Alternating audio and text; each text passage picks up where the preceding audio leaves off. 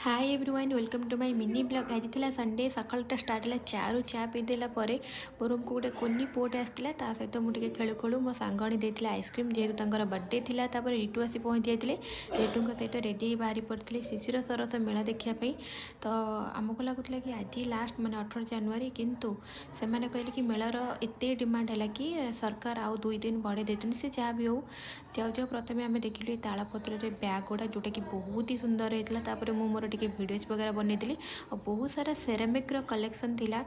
तो तापर would row earrings वगैरह भी बहुत ही बढ़िया कलेक्शन थिला तापर बहुत सारा जेली चॉकलेट अँलार माने आमलार कैंडी भी मुझे बहुत सारा नहीं आसली और ये किसी चिप्स वगैरह बाजर भी चिप्स वगैरह नहीं आसली और रिटू सहित बहुत सारा भिडियोज बनईदे रिटू मोर बहुत सारा फोटोज भी क्लिक करदे